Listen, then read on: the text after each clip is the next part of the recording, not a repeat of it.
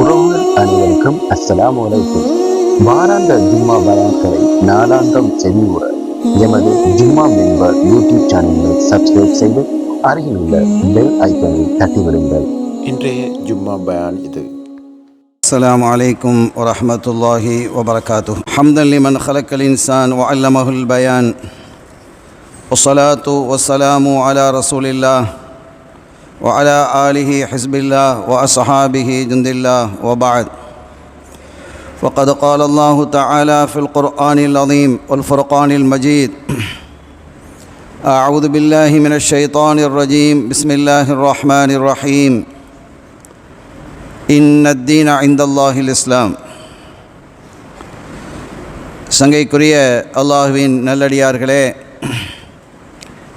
எல்லாம் வல்ல அல்லாஹுவின் பேரருளும் நபிகள் நாயகம் ஸல்லல்லாஹு அலைஹி வஸல்லம் அவர்களது நல்லாசியும் நம் அத்தனை பேர் மீதும் நிலவுமாக. அல்லாஹும் அவனது ரசூலும் எந்தெந்த காரியங்களை எடுத்து நடக்க வேண்டும் என்று நமக்கு கட்டளையிட்டுள்ளார்களோ அவை அனைத்தையும் எடுத்து நடக்கவும், எவைகளை தவிர்த்து நடக்க வேண்டும் என்று உத்தரவு பிறப்பித்துள்ளார்களோ அவை அனைத்தையும் தவிர்த்து நடக்கவும் ஆரம்பமாக எனக்கும் உங்களுக்கும் நான் வசியத்து செய்து கொள்கிறேன். அல்லாஹ் தௌஃபீக் செய்வானாக. ஆமீன். சங்கையான பெருமக்களே, இன்றைய ஹுத்பாவினுடைய உரை பராத் உடைய இரவு என்ற தலைப்பில் இன்ஷா அல்லாஹ் அமையும். வல்ல அல்லாஹ் அவனுடைய அல்மறையாம் திருக்குரான் ஷரீஃபில் ஹாமீம் வல் கிதாபில் முபீன் இன்னா அன்சல்னாஹு ஃபீ லைலத்தின் முபாரகா இன்னா குன்னா முந்திரீன் ஃபீஹா யுஃப்ரகு குல்லு அம்ரின் ஹக்கீம். இந்த புனிதமான அனைத்தையும் தெளிவுபடுத்தக்கூடிய இந்த வேதத்தின் மீது சத்தியமாக, இந்த வேதத்தை நாம் தான் இறக்கினோம். ஃபீ லைலத்தின் முபாரக்கா, முபாரக்காவுடைய இரவிலே நாம் இதை இறக்கினோம். நாம் நிச்சயமாக எச்சரிக்கக்கூடியவர்களாக இருக்கிறோம். இதிலே யுஃப்ரகு குல்லு அம்ரின் ஹக்கீம், அனைத்து விஷயங்களும் தீர்மானிக்கப்பட்டு உரியவர்களிடத்திலே ஒப்படைக்கப்படுகிறது என்று ரப்புல் ஆலமீன் அல்லாஹ் ஜல்ல ஷானஹு வ தஆலா இந்த ஆயத்திலே லைலத்தும் முபாரக்கா என்று குறிப்பிடுகிறார். அந்த லைலத்தும் முபாரக்காவில் தான் நாம் குர்ஆனை இறக்கினோம் என்றும் அல்லாஹ் சொல்கிறான். இந்த லைலத்துல் முபாரக்கா என்றால் எது என்பது குறித்த விளக்கத்தை அறிஞர்கள் சொல்லும் பொழுது, அந்த லைலத்துல் முபாரக்கா என்பது பராத்துடைய இரவு, நிஸ்வு ஷாபானுடைய இரவுதான் அந்த இரவு என்று குறிப்பிடுகிறார்கள். அதாவது ஷாபான் மாதத்தினுடைய 15ஆம் நாள், இந்த 15ஆம் இரவு தான் பராத்துடைய இரவு என்றால் ஒரு கேள்வி எழுகிறது. குர்ஆன் இறங்கியது என்பது லைலத்துல் கத்ர் இரவு அன்று. இது எல்லாருக்கும் தெரியும். இன்னா அன்சல்னாஹு ஃபீ லைலத்துல் கத்ர், லைலத்துல் கத்ர் இரவு அன்று நாம் குர்ஆனை இறக்கினோம் என்கிறான் அல்லாஹ். இந்த வசனத்திலே அல்லாஹ் சொல்கிறான் ஃபீ லைலத்தின் முபாரக்கா என்கிறான். இந்த லைலத்துல் கத்ரும் லைலத்துல் முபாரக்காவும் வேறா ஒன்றா என்பதில் சில கருத்து வேறுபாடுகள் அறிஞர்களுக்கு மத்தியில் இருக்கிறது. லைலத்துல் கத்ர் என்பது ரமலானிலே வரக்கூடிய இரவு தான், அதில் கருத்து வேறுபாடு இல்லை. லைலத்துல் பரா என்று சொல்லக்கூடிய பராத்துடைய இரவு என்று சொன்னால் அது நிஸ்வி ஷாபான் தான், அதிலும் கருத்து வேறுபாடு இல்லை. அப்போ ரெண்டும் வேறா ரெண்டும் ஒன்றா என்றால் ரெண்டும் வேறு தான். அது வேற இரவு, இது வேற இரவு. ஆனால் ரப்புல் ஆலமீன் அல்லாஹ் ஜல்ல ஷானஹு வ தஆலா லைலத்துல் முபாரக்கா என்கிறான், பரக்கத்து செய்யப்பட்ட இரவு என்கிறான். அந்த இரவு எது? லைலத்துல் பராவா, பராத்துடைய இரவா, அல்லது லைலத்துல் கத்ருடைய இரவா? லைலத்துல் கத்ருடைய இரவு என்று சொன்னால் அதில் தான் குர்ஆனை நாம் இறக்கினோம் என்று சொல்கிறான். எனவே லைலத்துல் முபாரக்கா என்பதும் குர்ஆன் இறங்கிய அதே லைலத்துல் கத்ர் இரவைத்தான் குறிக்கும். அது லைலத்துல் பராஅத்தை குறிக்காது என்று சில அறிஞர்கள் இயம்புகிறார்கள். இதற்கு அழகான விளக்கத்தை சில அறிஞர்கள் முன்வைக்கிறார்கள். இங்கே அல்லாஹு தஆலா லைலத்துல் முபாரக்கா என்று சொன்ன அந்த இரவு என்பது பராஅத்துடைய இரவுதான், பராஅத்துடைய இரவுதான். ஆனால் குர்ஆன் அன்றைய இரவில் இறக்கப்பட்டதா, பராஅத்துடைய இரவில் இறக்கப்பட்டதா என்றால் ஆமாம், அன்றைய இரவில் இறக்கப்பட்டது அப்படின்னு சொல்றாங்க. அப்ப லைலத்துல் கத்ர் இரவிலே குர்ஆன் இறக்கப்பட்டதாக அல்லாஹ் பிரிதொரு இடத்திலே குறிப்பிடுகிறான் என்றால் அதுவும் சரி, இதுவும் சரி. எப்படி சரி என்றால் குர்ஆன் என்பது அது ஆதி அல்லாஹ்வினுடைய அந்த இல்மிலே உட்பட்டது. லவ்ஹுல் மஹ்ஃபூதிலே அது பதியப்பட்டு இருக்கிறது. லவ்ஹுல் மஹ்ஃபூதில் இருந்து முழு குர்ஆனும் லைலத்துல் பராத்துடைய இரவிலே முதல் வானத்திற்கு இறக்கப்பட்டது. முதல் வானத்திலே ஒரு வீடு இருக்கிறது, பைத்துல் இஸ்ஸா என்று ஒரு வீடு, ஒரு மாளிகை இருக்கிறது. அந்த மாளிகைக்கு ஆரம்பத்திலே ரப்பல் ஆலமீன் முழு குர்ஆனையும் இறக்கிட்டான், முதல் வானத்துக்கு இறக்கிட்டான். அது எப்போ இறங்கினது? இந்த பராத்துடைய இரவுல தான் அது இறங்கிச்சு. இந்த பராத்துடைய இரவுல தான் அது இறங்கியது.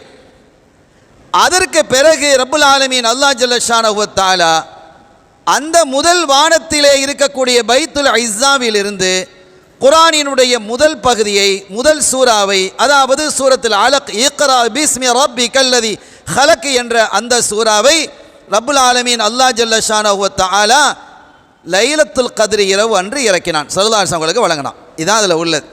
இப்போ அதாவது இந்த குர்ஆனை பாருங்க, அப்படி சொல்கிறாங்க, இப்படி அப்படிலாம் இல்லை.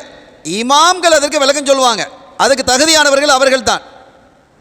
அந்த தகுதி அவர்களிடத்தில் நிறைவாக இருக்கிறது. எனவே லைலத்துல் முபாரக்கா என்று சொன்னால் அது லைலத்துல் பராத்துடைய இரவு தான். லைலத்துல் கத்ர் இரவு என்று சொன்னால் லைலத்துல் கத்ருடைய இரவு தான். இப்படி நாம் என்ன செய்ய வேண்டும்? எடுத்துக்கொள்ள வேண்டும். கண்ணியத்திற்குரிய பெருமக்களே, அந்த வகையிலே இந்த குர்ஆன் என்பது முழு குர்ஆனும் லவ்ஹுல் மஹ்ஃபூதில் இருந்து இந்த புனிதமான லைலத்துல் பராத் இரவு அன்று முதல் வானத்திற்கு இறக்கப்பட்டு அதற்கு பிறகு அங்கிருந்து 23 ஆண்டு காலமாக நமது இதயவேந்தர் காத்தமுர் ருசுல் முஹம்மதுர் ரசூலுல்லாஹி ஸல்லல்லாஹு அலைஹி வஸல்லம் அவர்களுக்கு கொஞ்சம் கொஞ்சமாக இறக்கப்பட்டது. அதனுடைய துவக்கம்தான் முதலாவதாக லைலத்துல் கத்ர் இரவு அன்று சூரத்துல் அலக், இக்ரா பிஸ்மி ரப்பிக்கல்லதி ஹலக் என்ற சூறாவை அல்லாஹ் இறக்கியது என்பதை நாம் இப்போது விளங்கிக் கொண்டால் இதில் எந்த பிரச்சனையும் இல்லை. இப்படி நாம் குர்ஆனை விளங்கணும் அப்படிங்கிறத நான் சொல்ல வர்றேன்.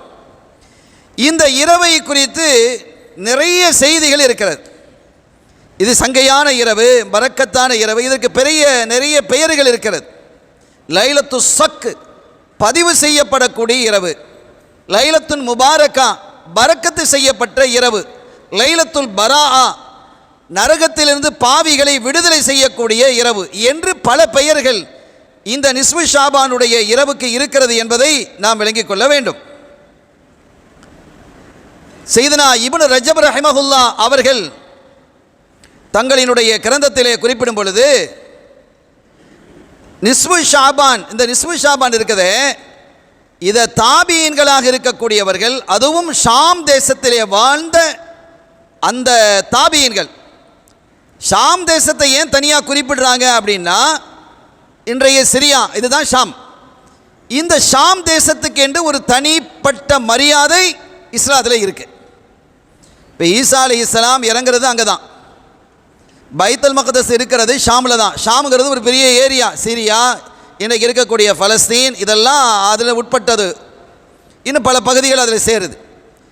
இந்த ஷாம் பகுதியில் தான் பைத்துல் மக்தஸ் இருக்குது.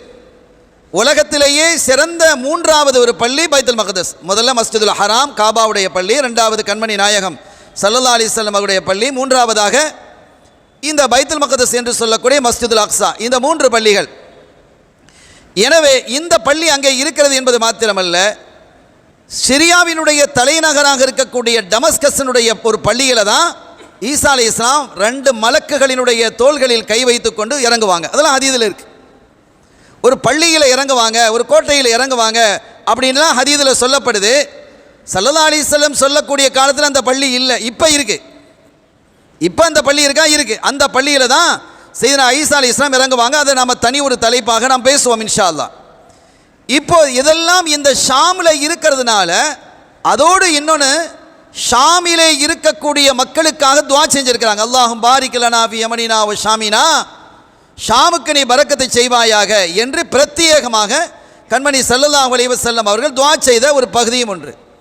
இன்னொன்று, ஷாமிலே எப்போதும் உயர்ந்த நல்லடியார்கள் இருப்பாங்க, அவுலியாக்கள் இருப்பாங்க. ஸல்லல்லாஹு சொல்கிறாங்க, ஷாமிலே குறைந்தது 40 அவுத்தாதுகள், குதுப்மார்கள் போன்ற பெரிய நாதாக்கள் அந்த ஷாமிலே இருந்து கொண்டு இருப்பார்கள் என்றும் ஹதீதுகள்லாம் குறிப்பிடுவதன் காரணத்தினால் இந்த ஷாமிலே இருக்கக்கூடிய தாபியீன்கள் அப்படின்னு அவங்க இப்னு ரஜப் ரஹிமஹுல்லாஹ் எடுக்கிறாங்க.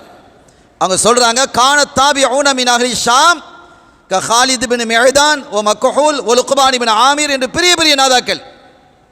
இவங்கெல்லாம் சஹாபிகள்கிட்ட படித்தவங்க, அவங்களுக்கு முன்னால் கால் மடித்து அமர்ந்து இல்மை கற்றவர்கள்.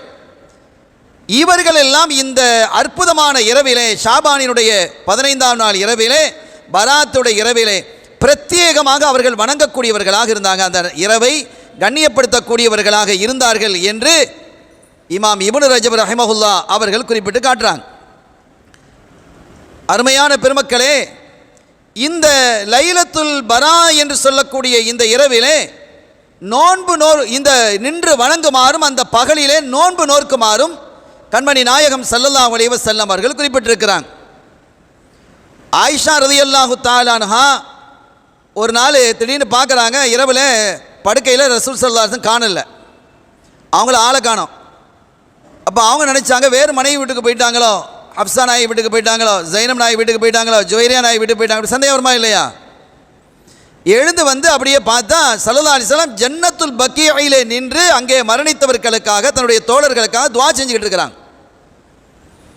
அப்போ அந்த நாள் என்பது ஒரு பிரத்யேகமான நாள், அது ஜியாரத்திற்குரிய நாளாகவும் அது அமைகிறது. அதில் தான் குறிப்பாக அந்த நாளிலே நாம் யாசீனை ஓதி நம்முடைய ஆபாக்களுக்கு என்ன செய்கிறது, ஈசால் தவாப் செய்கிறது, காணிக்கையாக வைக்கிறது என்பதையெல்லாம் நம்முடைய மூதாதையர்கள் நமக்கு வழமைப்படுத்தி தந்திருக்கிறாங்க. அப்போ இந்த காலகட்டத்திலே அந்த 3 யாசீனை நம்ம ஓதுகிறோம். சில பள்ளிகளில் 4 யாசீன் ஓதுவாங்க. 3 யாசீன் ஓதுவதனுடைய நோக்கம், ஒன்று தங்களுடைய ஆயுள் நல்லபடியாக நீளமாகுவது, 2வது ரிஸ்க் விஸ்தீரணமாக இருப்பது, யார்ட்டையும் கையேந்தக்கூடாது, அல்லாஹ் நம்மை பாதுகாப்பானாக, 3வதாக எல்லா விதமான நோய் நொம்பலம் பலாய் முசீபத்துகள் சோதனைகள் பிரச்சனைகளை எல்லாம் விட்டு நிம்மதி அடைவது. இதை ஓதிட்டு இன்னொரு யாசினையும் ஓதுவாங்க. எங்களுடைய குறித்துறை பள்ளி போன்ற பள்ளிகள்லாம் அது வழக்கத்தில் இருக்குது. அது எதுக்காக வேணும்னா ஆபாக்களுக்காக, இதையெல்லாம் ஏற்படுத்தி தந்த ஆபாக்களுக்காக அதை ஈசால் தவாப் செய்கிறது. எனவே இது ஒரு சிறந்த ஒரு வழி அமைப்பாக இருக்கிறது. இது குறித்து நிறைய தகவல்கள் இருக்கிறது. இன்னைக்கு இப்போ பராத்தை பற்றி இப்போ பேச ஆரம்பிப்பாங்க, அப்படிலாம் ஒரு இரவு கிடையாது, அது இல்லை அப்படி ஓதுறது எல்லாம் பிதாத்துன்னு சொல்லி அது சொல்கிற மாதிரி சொல்லிக்கிட்டே இருக்கட்டும், நாம் செய்கிற மாதிரி செஞ்சுக்கிட்டே இருப்போம். பொதுவாகவே ஒரு இபாதத்தை முடித்துவிட்டு, இது பொது சட்டம், ஸல்லல்லாஹு அலைஹி வஸல்லம் அவங்க சொல்லியிருக்கிறாங்க, ஹதீதுகள் இருக்குது, ஒரு இபாதத்தை முடித்துவிட்டு கேட்கப்படக்கூடிய துஆக்களுக்கு தனி மரியாதை உண்டு. அதற்கு ஆதாரமாக புகாரியிலே வரக்கூடிய ஒரு நிகழ்வை சொல்லுவாங்க. ஸல்லல்லாஹு சொல்லி காட்டுறாங்க, 3 பேர் என்ன செஞ்சாங்க, ஒரு பாதையில் போய்கிட்டு இருந்தாங்க, மழை பெஞ்சது. அந்த மழை பெய்ததின் காரணத்தினால் ஒதுங்குவதற்காக அந்த காடு பகுதி ஒரு மலை இருந்தது, அந்த மலையில் ஒரு குகை மாதிரி இருந்தது, அந்த குகைக்குள்ளே போயிட்டாங்க. அந்த குகைக்குள்ளே போய் அவர்கள் மழைக்காக ஒதுக்கி கொண்டார்கள். ஒரு பாறை உருண்டு வந்து அந்த குகையினுடைய வாசலை அடைச்சிருச்சுன்னு வரலாறு நம்ம படிச்சிருக்கிறோம். ஹதீதுல் கார் என்ற இதற்கு பெயர். அப்போ அவங்க என்ன செஞ்சாங்க, இதை விட்டு அந்த 3 பேர் சேர்ந்து அதை தள்ளி பார்க்குறாங்க, தள்ள முடியல, பிரம்மாண்டமான பாறை, 100 பேர் வந்தாலும் தள்ள முடியாது. இப்போ அங்கே உள்ளே இருந்தவங்க ஒவ்வொருத்தரும் தாங்கள் செய்த இபாதத்தை சொல்லி, யா அல்லாஹ் இதை நான் உனக்காக செய்திருந்தால் இந்த பாறையை விலக்கி எங்களுக்கு விடுதலை தான், நாங்கள் வெளியில் போனோம் அப்படின்னு துஆ செஞ்சாங்க. அந்த பாறை தானாக விலகிடுச்சு, அல்லாஹ் விலகிட்டான். என்ன விளங்குகிறோம் என்றால், ஒரு இபாதத்தை செய்துவிட்டு அதற்கு பிறகு கேட்கப்படக்கூடிய துஆ என்பது மக்பூலானது என்ற அடிப்படையில். இப்போ நம்ம தொழுதுட்டு துஆ செய்கிறோமா இல்லையா? தொழுத உடனே எந்த தொழுகை தொழுதாலும் நம்ம அதுக்கப்புறம் என்ன செய்கிறோம், துஆ செஞ்சுக்கிறோம். இதெல்லாம் ஹதீஸில் உள்ளதா இல்லையா? எந்த இபாதத்துக்கு பிறகும் நீங்கள் என்ன செய்யுங்க, ஒரு துஆவை செய்தால் அது கபூலாக ஆகும் என்பது கண்மணி ஸல்லல்லாஹு அலைஹி வஸல்லம். அவங்க ரசூலுல்லாஹ் அப்படி செஞ்சாங்களா இப்படி செஞ்சாங்களா, ரசூலுல்லாஹ் தானே சொல்லியிருக்கிறாங்க. சரி, அவங்களுக்கான ஒரு நேரமாக இதை நாம் ஒதுக்கவில்லை. நம்முடைய ஆபாக்கள் மிக சரியாக செய்து வந்திருக்கிறார்கள். அந்த அடிப்படையிலே குர்ஆனினுடைய இதயம் என்று, கல்புல் குர்ஆன் என்று சொல்லப்படக்கூடிய யாசீனை ஓதி துஆ செய்வது என்பது மிகுந்த பாக்கியத்திற்கு உரியது. எனவே தான் அந்த யாசீனை ஓதி செய்கிறோம். அன்றைய நாள் ஜியாரத்திற்குரிய நாள் என்பதால், அன்றைய நாள் துஆவுக்குரிய நாள் என்பதால் ஒரு ஹதீதில் வருது. நிறைய ஹதீதுகள் நான் குறித்து வைத்திருக்கிறேன், அவைகளை வரிசைப்படுத்துவதற்கான அவகாசம் இல்லை. அல்லாஹ் இன்றைய இரவிலே கீழ்வானத்திற்கு இறங்கி வருகிறான். அடிவானத்துக்கு அல்லாஹ் இறங்கி வர்றான். இதில் நம்முடைய அகீதா சம்மந்தப்பட்டது இருக்குது. அகீதா சம்மந்தப்பட்டது என்னன்னா, அல்லாஹ் இறங்கி வர்றது, ஏறி போகிறது அப்படிலாம் இருக்கானா? அப்படிலாம் கிடையாது.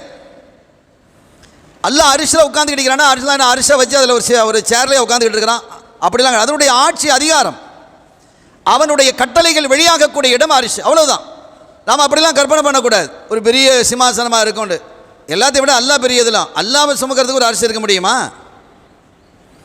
எனவே இது அகீதா சம்பந்தப்பட்டது. அல்லாஹ் இறங்கி வருகிறான், ஏறி போகிறான் அப்படிலாம் என்ன அர்த்தம்னா, அல்லாஹ்வினுடைய அருள் இறங்கி வருகிறது. அதை அந்த நுட்பமாக, அந்த இலக்கியமாக ஸல்லல்லாஹு அலைஹி வஸல்லம் அப்படி சொல்லியிருக்கிறாங்க.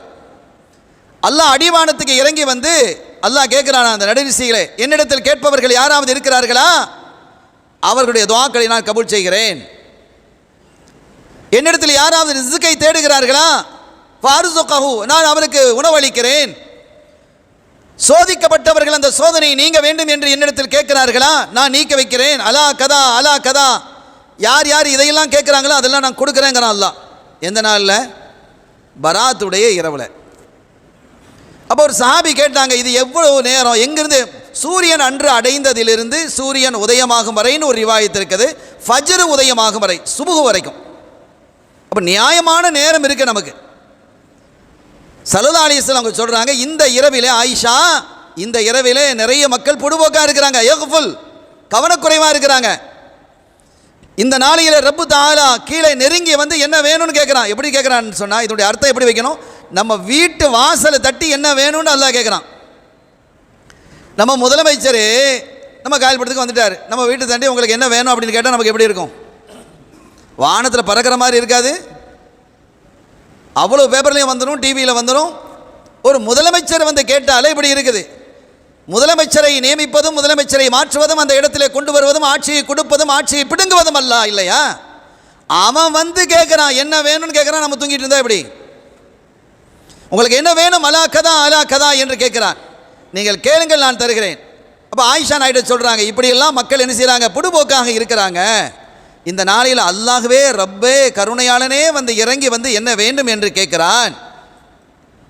எனவே அந்த நாளையில் நான் நோன்பு வைத்திருப்பதை விரும்புகிறேன், அந்த பகலிலே நோன்பு வைத்திருப்பதை விரும்புகிறேன், அந்த நாளையில் நின்று வணங்குவதை நான் விரும்புகிறேன் ஆயிஷா ரலியல்லாஹு தஆலா அன்ஹா என்று அவங்க குறிப்பிடுறாங்க. இதில் இன்னொரு தகவலையும், ஏன்னா இவங்க சொல்லுவாங்க, ஒரு ஹதீது வருது, நிஸ்பு ஷாபான்லேருந்து நோன்பு பிடிக்காதீங்க அப்படின்னு ஒரு ஹதீது இருக்கு. ரமலான் வரைக்கும், ஹத்தா யக்கூன ரமலான் இதாக்கான நிஸ்பு மின் ஷாபான் ஃபம்சிகு அனிஸௌம், நோன்பு நீங்கள் பிடிக்க வேணாம். எப்போ? பிந்திய 15 பிந்திய நாட்களில், நிஸ்பு ஷாபானில் இல்லை, நிஸ்பு ஷாபானை தொடர்ந்து வரக்கூடிய நாட்களில் நோன்பு வைக்க வேணாம் அப்படின்னு சொல்லியிருக்கிறாங்க. இப்போ இதை ஃபுகஹாக்கள் விளக்கம் சொல்கிறாங்க. இப்போ உதாரணமாக, வளமையாக நோன்பு பிடிக்காத ஒருவர், வளமையில் நோன்பை பிடிக்கல, சில பேர் என்ன செய்வாங்க, வியாழக்கிழமை நோன்பு பிடிப்பாங்க, திங்கக்கிழமை நோன்பு பிடிப்பாங்க. இப்போ அவங்க அப்படி நோன்பு பிடிக்கிறதுல பிரச்சனை கிடையாது, அவங்க எப்பவும் பிடிக்கலாம், எப்பவும் பிடிக்கலாம், நிஸ்பு ஷாபானுக்கு பிறகும் பிடிக்கலாம், அதில் தடை இல்லை. ஆனால் அறவே நோன்பு பிடிக்க பழக்கப்படாதவங்க இருப்பாங்க இல்லையா? நோன்பே பிடிக்காமல் இருக்கக்கூடியவர்கள், வேலைக்கிழமையோ திங்கக்கிழமையோ, சில பேர் ஐயாமுல் பீது என்று சொல்லக்கூடிய பிறை 13, 14, 15 வெள்ளை நாட்களிலே முழு சந்திரன் இருக்கக்கூடிய நாட்களில் நோன்பு பிடிப்பாங்க. அதெல்லாம் சுன்னத்தின் இருக்கு. அப்படியெல்லாம் நோன்பு பிடித்து பழக்கப்படாதவர்கள் இந்த நிஸ்பு ஷாபானுக்கு பிறகு நோன்பு பிடிக்க வேணாங்கிறாங்க. இவன் எதை கொண்டு வந்து எங்கே நினைக்கிறான்னு பாருங்க. ஏன் அப்படின்னா, அவங்க நோன்பு பிடிச்சி பழக்கம் இல்லை, ட்ரைனிங் இல்லை. இதில் நோம்பு பிடிச்சி டயர்டாகி ரமலானுடைய நோம்புக்கு மசகமாயிருது. அசலுக்கு மசகமாயிரக்கூட நம்ம ஊரில் சொல்லுவாங்களா இல்லையா? அந்த மாதிரி ஒரு சூழல் ஏற்பட்டு விடக்கூடாது என்று தான் இந்த மார்க்கம் சொல்லுகிறது. ஒவ்வொன்றுக்கும் ஒரு விளக்கம் அமைகிறது. அப்போ ரப்புல் ஆலமீன் அல்லாஹ் ஜல்ல ஷானஹு வ தஆலா ஃபஜ்ர் உதயமாகும் வரை இப்படி கேட்டுக்கொண்டே இருக்கிறான். அவர்கள் கேட்பதை நான் நிறைவேற்றுகிறேன் என்று அல்லாஹ் என்ன செய்கிறான், சொல்கிறான். எனவே இப்படிப்பட்ட ஒரு புனிதமான மாதம், இந்த மாதத்தை குறித்து ஸல்லல்லாஹு அலைஹி வஸல்லம் அவர்கள் சொல்லும்போது ஷாபான் ஷஹ்ரி, இது என்னுடைய மாதம் அப்படிங்கிறாங்க. ஷாபான் என்பது என்னுடைய மாதம், ரஜப அல்லாஹ்வுடைய மாதம், ரமலான் என்னுடைய உம்மத்துடைய மாதங்கிறாங்க. இது ரசூல் ஸல்லல்லாஹு அலைஹி வஸல்லம் மாதம் என்பதால் அதிகமான ஸலவாத்துகளை நம்ம ஓதும். அதிக ஸலவாத்துகளை அவர்களுக்கு காணிக்கையாக்குவதுடன் அந்த நிஸ்பு ஷாபான் அன்று நாம் நோன்பு நோற்பது நமக்கு பிரத்யேகமான சுன்னத்தாக இருக்கிறது. இப்போ நம்முடைய தலைமை காதி அவர்கள் அறிவித்ததனுடைய பிரகாரம் நிஸ்பு ஷாபான் என்பது எதிர்வரக்கூடிய வியாழன் பின்னேறம் வெள்ளி இரவு, அன்று இரவு தான் இந்த 3 யாசீன் ஓதுறது எல்லாமே. அந்த அப்போ காலையில் நோன்பு பிடிக்கணும், வெள்ளிக்கிழமை அடுத்த வெள்ளிக்கிழமை நம்ம நோன்பு வைக்கணும். இப்போ வெள்ளிக்கிழமை நோன்பு வைக்கிறதுங்கிறது நல்ல விஷயம் இல்லையே என்று கேட்டால் பொதுவாக நல்ல விஷயம் இல்லை. வெள்ளிக்கிழமை மட்டும் நோன்பு வைக்காதீங்க அப்படின்னு இருக்குது. ஃபுகாஹாக்கள் என்ன சொல்கிறாங்க, வெள்ளிக்கிழமை வந்து ஒரு பெருநாள் மாதிரி. அப்போ அது யௌமு தாம் தான். இப்போ எல்லா வீட்லையும் எப்படி இருக்கும், வெள்ளிக்கிழமை எல்லாம் கறியாக தான் இருக்கும், ஒன்று கோழியாக இருக்கும் அல்லது ஆடாக இருக்கும், எல்லாம் அல்ல பிரியாணியாக இருக்கும், ஏதாவது ஒரு விசேஷமான உணவாக தானே இருக்கும். அது நல்ல ஒரு விஷயந்தான், அது ஒரு பெருநாள் மாதிரி அது. அப்போ அந்த நாளில் நோன்பு நோக்க வேண்டாம், அது ஒரு விசேஷ தினமாக இருக்கிறது என்பதால் அது நமக்கு என்ன செய்யுது, சொல்லப்பட்டிருக்கிறது. நோன்பு பிடிச்சா கூடுமா கூடாதா, கூடும். ஆனால் இது போன்ற ஒரு நாள், இப்போ உதாரணமாக அரஃபாவுடைய நாள் வெள்ளிக்கிழமை வந்துட்டு நோன்பு பிடிப்போமா இல்லையா, அன்னைக்கு மட்டும் நோன்பு பிடிச்சிக்கலாம். அன்னைக்கு வெள்ளிக்கிழமை அப்படி நோன்பு பிடிக்கிறதுங்கிறது சுன்னத்திலிருந்து விடுபடாது. அதே மாதிரி இந்த பராத்துடைய நோன்பு வருது, நிஸ்பு ஷாபான் நோன்பு அடுத்த வெள்ளிக்கிழமை வருகிறது என்று சொன்னால் அந்த நாள் மட்டும் நோன்பு பிடிப்பது நமக்கு தங்கடம் இல்லை என்பதையும் விளங்கிக்கிடும். மற்ற நாட்களிலே மற்ற மாதங்களிலே நாம் வெள்ளிக்கிழமை மட்டும் நோன்பு பிடிக்கக்கூடாது. ஒன்று வியாழனும் வெள்ளியும் சேர்த்து பிடிக்கணும், அல்லது வெள்ளியும் சனியும் சேர்த்து பிடிக்கணும் என்று நம்முடைய ஃபுகாஹாக்கள் நமக்கு சொல்லித் தருகிறார்கள். அருமையானவர்களே, சங்கையான அற்புதமான ஒரு இரவை அல்லாஹு தஆலா நமக்கு தந்திருக்கிறான். இந்த நாளை நாம் என்ன செய்ய வேண்டும், சரியான முறையில் நாம் பயன்படுத்தி கொள்ள வேண்டும். முபாரக்காவுடைய இரவு, பராத்துடைய இரவு, சக்குன்னு சொன்னால் பதிவு செய்யப்படுகிறது. அடுத்த வருடம் வரை, அடுத்த நிஸ்பு ஷாபான் வரை இந்த மனிதனுடைய ரிஸ்க் எப்படி இருக்க வேண்டும், இவனுடைய வாழ்நாள் எப்படி இருக்கணும், அவனுடைய நோய் ஆரோக்கியம் எப்படி இருக்கணும் என்பதை பற்றி எல்லாம் அந்த நாளையில் அல்லாஹ் தஆலா தீர்மானித்து அந்தந்த பொறுப்பாளர்கிட்ட ஒப்படைக்கிறான். யார்கிட்ட, மலக்குமார்கிட்ட ஒப்படைக்கிறான். நீ இதை பார்த்துக்கோ அப்படின்னு அசிஸ்டண்ட்டு சொல்லுவோம் இல்லையா, அதே மாதிரி தன்னுடைய அடியார்களாகிய நல்லடியார்களாகிய மலக்குமார்களிடத்தில் அந்த பொறுப்பாளர்களிடத்தில் அதை அல்லாஹ் ஒப்படைக்கிறான். எனவே அந்த நாள் வந்து யௌமுஸ் லைலத்து சக், பதிவு செய்யப்படக்கூடிய நாள் அப்படின்னு. அந்த நாளையில் நாம் துவா செய்கிறோம் என்று சொன்னால் அந்த துவாவை அல்லாஹ் அங்கீகரித்தால் அந்த வருடம் முழுவதும் ஹைரானதாக நமக்கு ஆகிடும். அந்த வருடம் முழுவதுமே ஹைரானதாக ஆகிவிடும். ஸல்லல்லாஹு அலைஹி வஸல்லம் பொதுவாக ஷாபான் மாதத்தில் அதிகமாக நோன்பு வச்சிருக்கிறாங்க. ஒரு கட்டத்தில் சாபிகள் கேட்குறாங்க, யார் சொல்லலாம் இந்த ஷாபானில் ரொம்ப அதிகமாக நோன்பு வைக்கிறீங்களே அப்படின்னு கேட்குறாங்க. அப்போ இது வந்து என்னுடைய மாதம் என்பதை சொன்ன ஸல்லல்லாஹு அலைஹி வஸல்லம் அவர்கள் இந்த மாதத்திலே அல்லாஹு தஆலா ஒவ்வொரு மனிதனுடைய கலா கதரையும் தீர்மானிக்கிறான். அப்படி தீர்மானிக்கப்படும் பொழுது நான் நோன்பு வைத்தவனாக இருக்கணும், வணங்கியவனாக இருக்க வேண்டும் என்று விரும்புகிறேன் என்பது போன்ற கருத்தை வள்ளலம் கண்மணி முஹம்மதுர் ரசூலுல்லாஹி ஸல்லல்லாஹு அலைஹி வஸல்லம் அவர்கள் குறிப்பிடுகிறார்கள். அருமையான பெருமக்களே, இப்படி சங்கையும் மகத்துவமும் மாண்பும் மிக்க இந்த அற்புதமான நாளை அல்லாஹு தஆலா நமக்கு வழங்கி இருக்கிறான். அந்த நாளை நாம் சரியாக பயன்படுத்தி கொள்ள வேண்டும். ரப்பு தஆலா அவன் நம்முடைய இல்லம் வந்து என்ன வேண்டும் என்று கேட்கும்போது நம்ம தூங்கிக்கிட்டு இருந்தால் அவனுக்கு எப்படி இருக்குங்கிறதை நம்ம யோசித்து கொண்டு நம்முடைய எதிர்கால வாழ்வை சீரமைப்பதற்கான தந்திருக்கக்கூடிய அந்த வாய்ப்பை சரியான முறையில் நாம் பயன்படுத்திக் கொள்வோமாக. வல்ல அல்லாஹ் நம்மையும் நம்முடைய சந்ததிகளையும் மேன்மையாக்கி கண்ணியப்படுத்தி இஸ்ஸத்தாக்கி வைத்து இந்த சமூகத்தை, இஸ்லாமிய சமூகத்தை, இந்த மண்ணிலும் முஸ்லீம்கள் எங்கெல்லாம் வாழுகிறார்களோ அந்த மண்ணிலெல்லாம் நிம்மதியாகவும் வளமாகவும் நலமாகவும் வாழ்வதற்கான மேன் தௌஃபீக்கை அல்லாஹ் தந்தருள் வாழிப்பானாக. பிஹக்கி ஹபீபிஹி ஸல்லல்லாஹு அலைஹி வஸல்லம். எல்லாம் வல்ல அல்லாஹ்வின் அருளையும் ஸல்லல்லாஹு அலைஹி வஸல்லம் அவருடைய ஷஃபாத்தையும் பெறுவோமாக. வஆகிர் தஅவானா அல்ஹம்துலில்லாஹி ரப்பில் ஆலமீன். வஸ்ஸலாமு அலைக்கும் வரஹ்மத்துல்லாஹி வபரகாத்துஹு.